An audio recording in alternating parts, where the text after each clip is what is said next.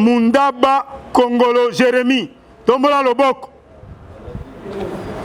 Domicilié sur avenue Ntoko, numéro 11, quartier Motel Fikin, dans la commune de Limete.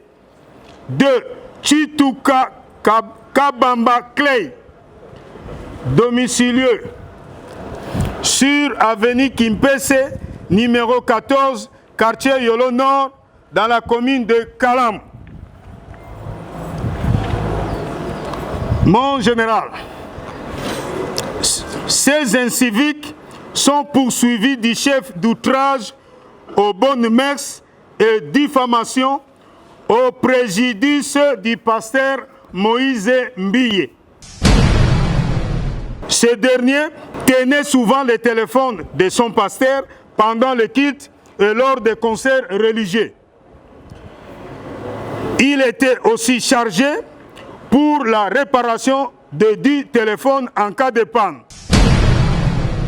C'est ainsi que celui-ci a transféré les différentes images dans les téléphones de ces deux collègues de l'église. Aïe, Aluka polémique te, Aluka buzz te, Yenani, Aïcha Okoko, Aïcha Okoko Network, chaîne Nabino YouTube, à la pointe de l'information, na guerrière Nabino, Soda Makasi, Aïcha Okoko, Ibozui Wapi, Bazui Wapi, Foye, Abimana Nderenae, polémique ezate, Aluka buzz te, Kranet Solobi, Aïcha Okoko Network, et Yelibino, na ma programme Yassika. Un programme pour étaler culture, sociale, nyoso, information, il y a solo vérifié à la source. Pour Nabino, abonné à Aïcha Okoko Network. Aïcha Okoko Network, vos amis. Bana diaspora, Yewana, Aïcha Okoko. Ouais, Aïcha Okoko Network, et Laura Mikolo. Nous sommes à AON, nous sommes au Japon. Ok, merci beaucoup. Natiki Yoji. Aïcha Okoko Network. Aïcha, aux une foulard, après excès de vie, au niveau Sarabina Dama, au moment qu'il est noir à l'année. Tanangé Tanala, Aïcha Okoko, ça la correct, on se fait là.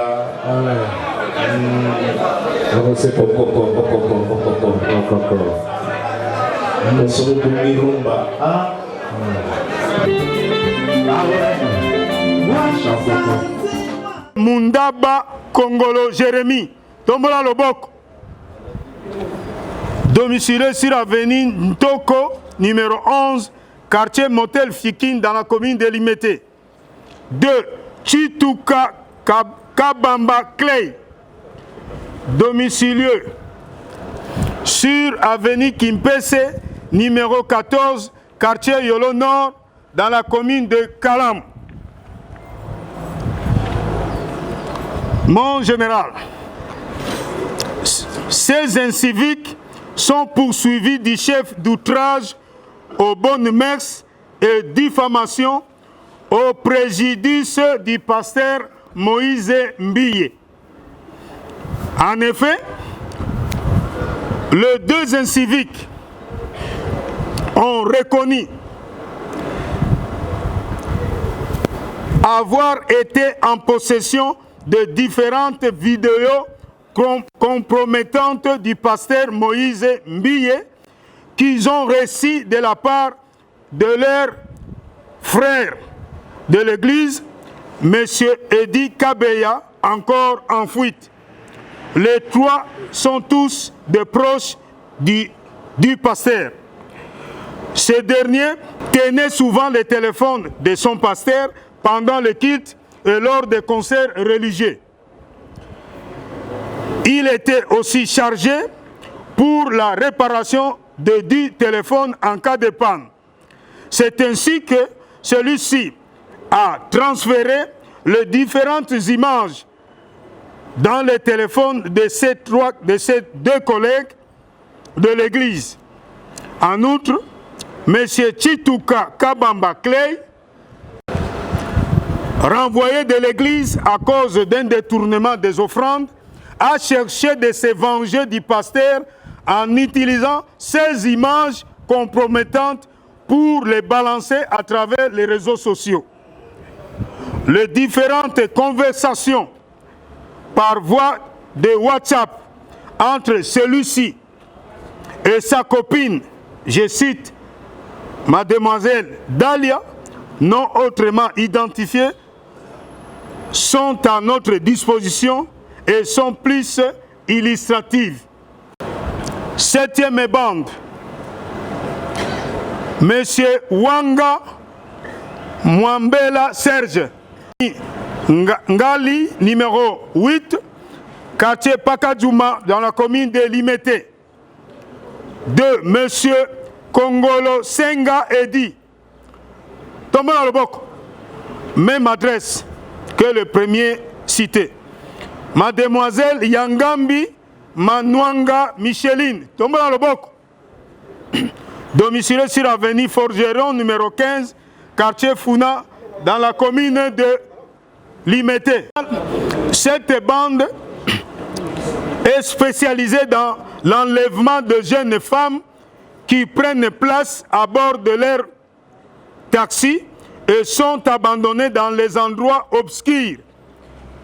Après les avoir dépossédés des fonds et effets de valeur.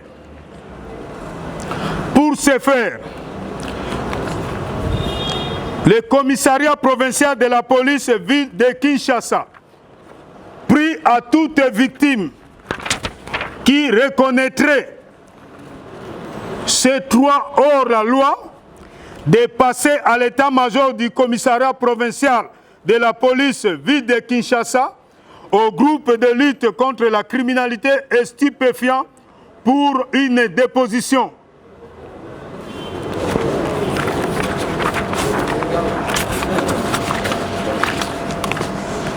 Commissariat provincial de la police.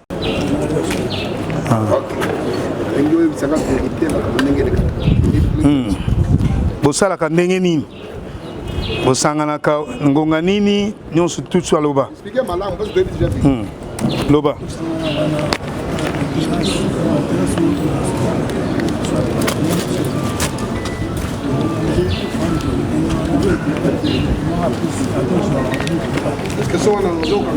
Tosangana na terrasse moko bo soit na bandal soit na kitambo. Tosangani ale mutu moko apesi na apesi mbongo. Bakezwa mutuka comme express. So bakezwa mutuka ba bida place ke mutuka na yoya. Na idée que maman soit grand frère zo bela ba kitina hôpital. So le chauffeur a ya bongo so ba temi place la place na destination ba yokana ki na chauffeur.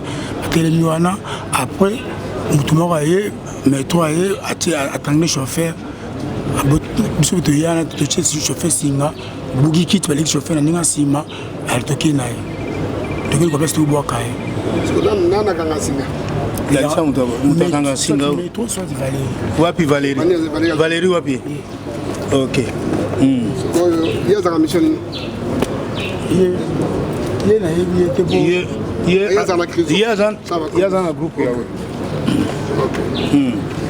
soki bobomi otie wapi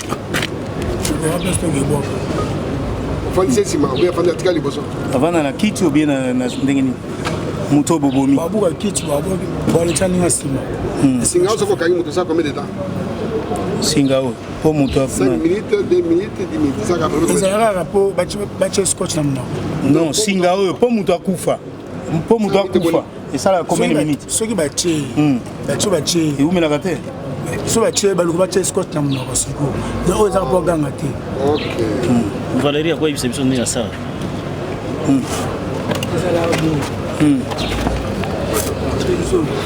bravo makasi mpanga komona ete sebaka chef na biso wana chef na biso abengi na bandal na bandal mpo na terrasse amisi na $10 apesi chef mosusu ake kozwa taxi moi tovandi zelabi te pese oyo tomeli basikre awa te toke pese mosusu miso na kitambo miso mpe na bandal mo na se kuna on est presque nous sommes au télémi avec boya na des machettes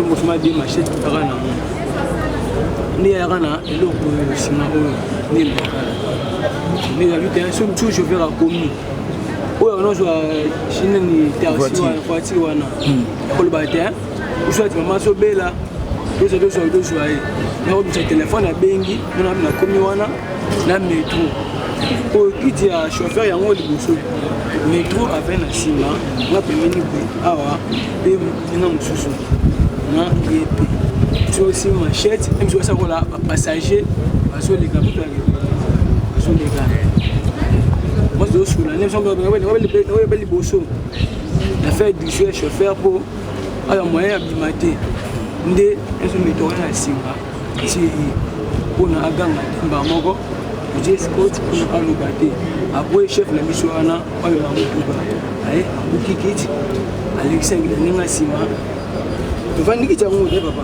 tovandi boye se na se boye kangi siko boye mpona aloba te beve je scott mpona aloba so eto mapesi mo boye otokiposie ok osi bomi bombe nani yo loba deva oyo tokobomba te na kobika na biso na kofala biso nani maboko na yo mpe tokanga bato neti ngai nakolinga te ke makila motu otambolaka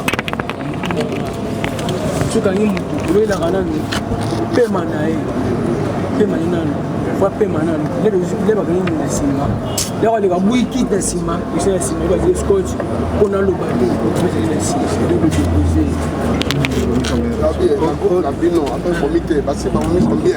bon, chef Chico fait sa réponse. Chico fait sa réponse. Combien?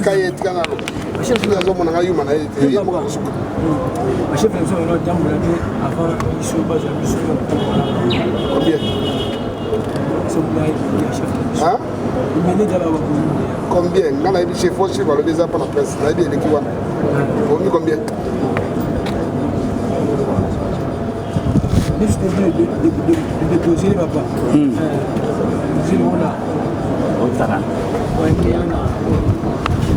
Babylone combien?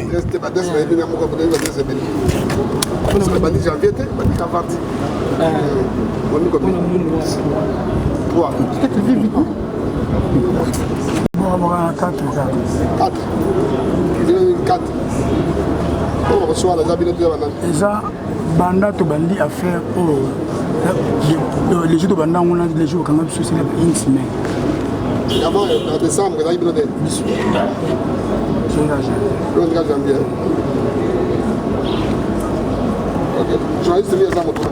D'abord, la population doit savoir que la criminalité ne sera jamais éradiquée, nulle part au monde. La criminalité sera toujours là et la police fera toujours un effort pour l'endiguer. On fait un effort pour que la population soit calme. Vous devez savoir que les criminels aussi ont des méthodes. Ils sont en train d'étudier nos méthodes pour nous contourner. Nous demandons à la population de faire confiance dans leur police. La police est à leur service, mais ils doivent être prudents. Vous avez suivi les criminels, ils ont parlé en détail, ils ont dit leur modus operandi. Comment est-ce qu'ils opèrent? C'est pour que la population puisse savoir à l'avenir qu'ils ne puissent plus tomber dans ces pièges-là. Quand on demande un express, il faut prendre ces messieurs-là qui t'amènent sur la route principale. S'il va t'amener ailleurs, non, il faut refuser. Parce que cette bande n'a pas commencé comme ça. Ce sont eux avec leur chef qui droguaient les chauffeurs. Ils ont vu que les chauffeurs sont devenus prudents, ils ne veulent plus ces méthodes-là de boire, de manger. Ils ont changé. Moi, c'est maintenant à tuer. Ils ont changé de méthode. Alors, les chauffeurs doivent toujours être prudents, savoir qui prendre et où partir. Nalinga Mokonzi. La population, il faut essayer de dire que la criminalité est considérée. On dit que ça, c'est un peu comme la mégapole, la criminalité est considérée. La criminalité est considérée. La police peut être considérée comme criminel. Mais c'est une tout ça la macasse pour la criminalité est équitable. Mais la population est prudente. Yo surtout ba komi mituka baza prudent. Tango olingi ba express mutazo express otala no elongi naye Et puis place à l'Igna, mais Mario Banzela, il y a Molili, Boya. Tant que expliquer à Nek Basalaka. C'est bon, mieux à te belé. La cité Betel n'a pouvoir ni Ninga, Nazali OPJ. Mon cousin est allé officiel du ministère public ou bien Nek Bolbaga procureur ou bien magistrat. Pour la église, c'est un meeting de Outa na parquet ou bien Outa na gouverneur ou bien Outa na ministre intérieur national. Né na Konsalango. Mais na Kangi église Betel parce que dans un meeting de Wana Wapi, dans un meeting de Wana Te, église Betel les apolés na Kangi Angote. Bako sambela te. Ba sambela soko leki olo mona baza belé. Ba sambela est-ce que ngai na sambela kuna te. Na saka na kosape propagande église te, soko yo journaliste. Kende kuna on notala soko ba kangi te. Oboni moninga bino moko akende na beni akiko ba beni. Kaka wana Betela bino ba journaliste. Boko to ko mitura te boko kende kuna bo filmer botali. Est-ce que makamba réseaux sociaux ça so bien lokuta. Na réseaux sociaux il y a à boire et manger. Il faut éviter makamba réseaux sociaux ko moni non dimi En français.